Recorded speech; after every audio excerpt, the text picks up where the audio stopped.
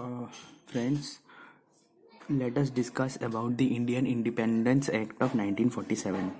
So you can see that on February 1947, the British Prime Minister Clement Attlee declared that the British rule in India would end by June 30, 1948.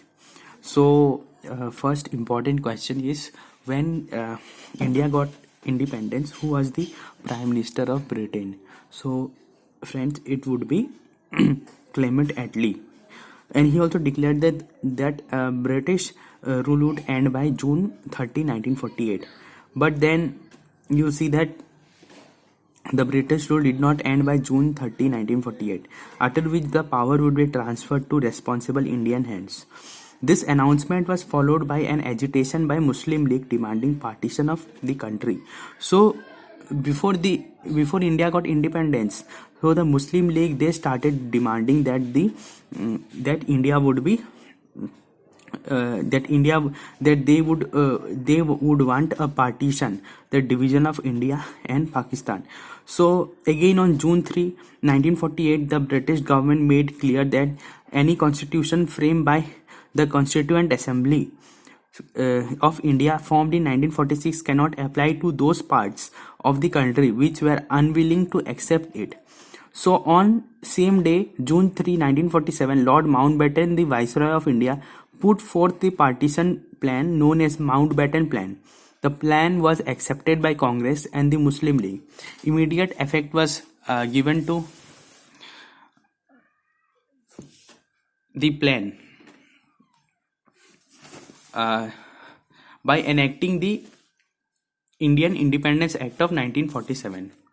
So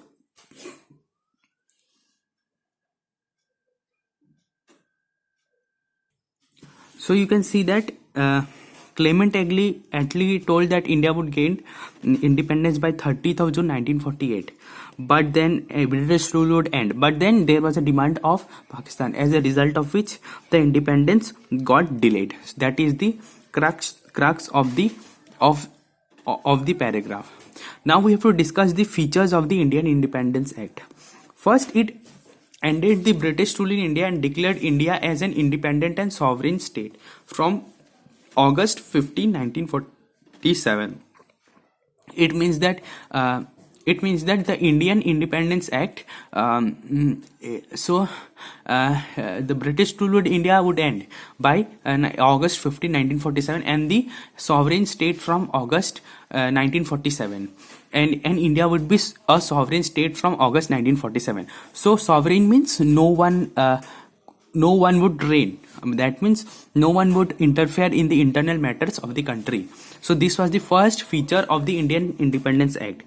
Then the second feature was it provided for the partition of India and creation of two independent dominions of India and Pakistan with the right to secede from the British Commonwealth. So without being a part of British Commonwealth, two dominions would be formed. That is the India and Pakistan. That is India and Pakistan. So that was the second feature. So first feature was what? That a sovereign state. India would be independent and a sovereign state. Sovereign means no one would rule. And the second feature was that the creation of two independent dominions of India and Pakistan with the right to secede from British Commonwealth. Then look at the third point. It abolished the office of Viceroy and provided for each dominion a Governor General who was to be appointed by British King on the advice of Dominion Cabinet. His Majesty, Government in India of Britain, was to have no responsibility with respect to government of India and Pakistan. Fourth point, it empowered the constituent assemblies of the two dominions to frame and adopt any constitution of their respective nations. So it empowered the constituent assemblies. So constituent assemblies that were a group of that would decide on what would be the kind of India's constitution. So those people formed constituent assembly. Like Rajendra Prasad was the president, and like Sardar Vallabhbhai Patel was the home minister, Sardar Baldev Singh was a defense minister, Liaquat Ali Khan was the finance minister. So they formed the Constituent Assembly. So it empowered the Constituent Assembly of the two dominions to frame and adopt any constitution for their respective nations and to repeal any act of British Parliament, including the Independence Act itself. So they can the meaning of the summary is, the meaning of the paragraph is that you could form any type of constitution. Any type of constitution could be formed, and Britishers would not interfere in the kind of constitution that is formed. That is the main theme which emerges from this paragraph. Fifth, it empowered the constituent assemblies of both the dominions to legislate for their respective territories. It empowered the constituent assemblies of both the dominions to legislate for their respective territories and till the new constitution were drafted and enforced. No act of the British Parliament passed after the August 15, 1947 was to extend to either of the two dominions unless it was extended thereto by the law of the legislature of the dominion. No act of the British Parliament passed after August 15, 1947 was to extend to either of the two new dominions unless it was extended thereto by a law of legislature of the dominion. Sixth point is it abolished the office of the Secretary of State. So SOS. So you might remember that in Maule-Minto reforms of 1909 or Montague-Chelmsford reforms. So Montague was the secretary and Chelmsford was the viceroy. So there were two important posts during the tenure of British rule. So it abolished the office of Secretary of State, SOS. So if in exam a question gets asked as to whether which act abolished the office of Secretary of State for India and transferred his functions to the Secretary of State for Commonwealth Affairs, and his functions that were the functions of Secretary of State were transferred to the Secretary or were to Commonwealth Affairs. It proclaimed the lapse of British paramountcy over the Indian princely states and treaty relations with the tribal areas from August 15, 1947. It granted freedom to the Indian princely states. So the Indian princely states, Indian princely states could join either India or Pakistan, or they could remain independent. So actually it was later, you might know that Sardar Vallabhbhai Patel, who somehow united those 565 princely states in favor of India. So that is why he's called the Iron Man of India. So this it granted freedom to the Indian princely states either to join Dominion of India or Dominion of Pakistan or to remain independent. It provided for the government of each of the dominions and the provinces by the Government of India Act of 1935 till the new constitution were framed. So till the new constitution was framed, like we have a constitution now, that is like Article 3 formation of state, Article 18 removal of titles. So we have those that kind of constitution. So this government, this Indian Independence Act of 1947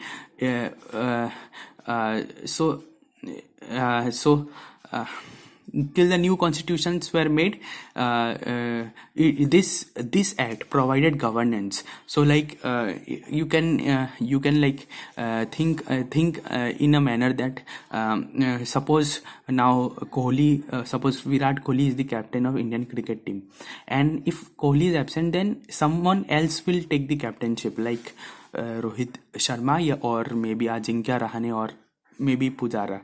So in the same manner, this act, Indian Independence Act, provided governance of each of the dominions till a new constitution was formed. That means Indian Independence Act would itself act as a constitution. The dominions were, however, authorized to make modifications of the act. The dominions were, however, authorized to make modifications in the act. you can like make modifications in the act. Number 10, it deprived the British monarch of his right to veto bills.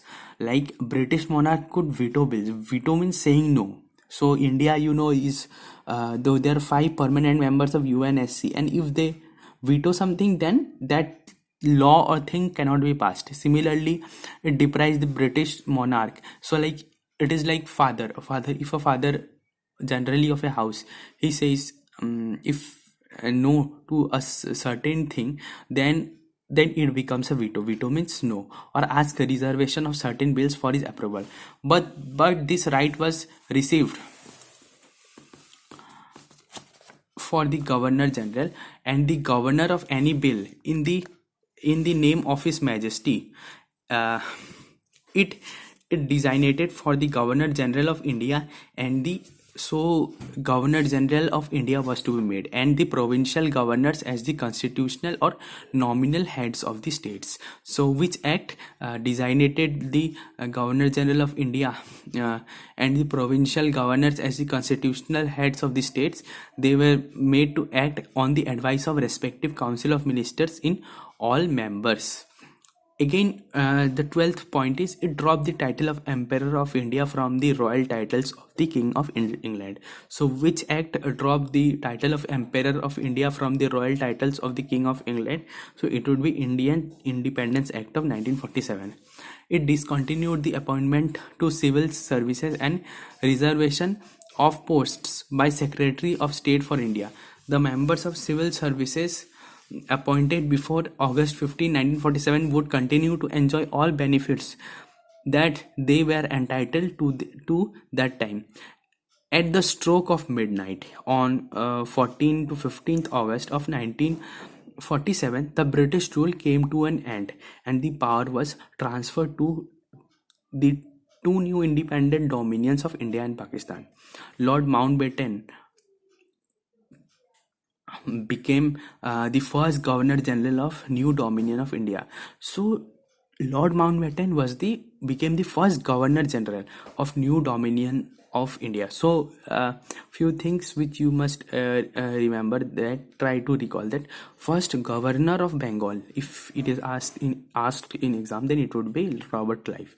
First Governor General of Bengal, it would be Warren Hastings. So first Governor of Bengal, if Bengal is asked, then it is Clive. First Governor General is Warren Hastings. First Governor General of India, it would be Bentinck, Lord William Bentinck. Three things are very. First Viceroy, Lord Canning, 1858. So the 1858, the concept of Viceroy was introduced, and Secretary of State was also there, which was removed in 1947 Act. Okay, so with respect to that, now you see Lord Mountbatten became the first Governor General of New Dominion of India. He swore in Jawaharlal Nehru as the first Prime Minister of independent India. So who swore in Jawaharlal Nehru as the first Prime Minister of independent India? It was Lord Mountbatten. The Constituent Assembly of India, formed in 1946, became the Parliament of Indian Dominion. So the Constituent Assembly of India formed in the 1946 became the Parliament of Indian. So right now we have the Parliament, right? At that time, that the people who are present in Constituent Assembly, so they were you can assume that they were the members of Rajya Sabha, they were the members of Lok Sabha, and they were members of every respect which one could think of. So so that's all what we learned about Indian Independence Act. So first thing was it ended the, so let us recall, it ended the British rule in India. Second was it provided for the partition of India. Third, it empowered constituent assemblies of the two dominions to frame and adopt constitution of their respective choice. Then fourth, if you recall, fifth, if you recall, that it the constituent assemblies could legislate with for their respective territories. Then sixth point would be that if you recall that it abolished the office of Secretary of State. So there was no Secretary of State after 1947. Number seven would be it proclaimed the lapse of British paramountcy. So like over the Indian princely states and relation of tribal areas from August 15, 1947. That would be the seventh. Eighth, it granted freedom to the Indian princely states, either to join Dominion of India or Dominion of Pakistan, or to remain independent. You could join either India. So it granted freedom to Indian. So which act granted freedom to Indian granted freedom to Indian princely states? It would be the Act of 1947. Then next point is provide for the governance of each of the dominions and the provinces by the Government of India Act of 1935 till the new constitution was framed. 10th point would be deprive the British monarch of his right to veto bills or ask for the reservation of certain bills for the approval. Then it designated the Governor General of India as the provincial governors as constitutional heads of the states. And then it dropped the title of Emperor in India. And then it discontinued the appointment of civil services. So the point of appointment of civil services, you can see. So those were the things. So then India gains independent, and then we have the interim government.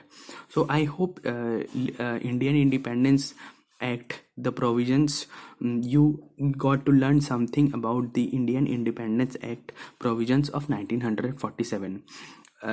On next class we would be seeing some other interim government members, and we'll be learning about the other areas of Indian polity. Thank you friends for allocating your giving a precious time to me. Thanks.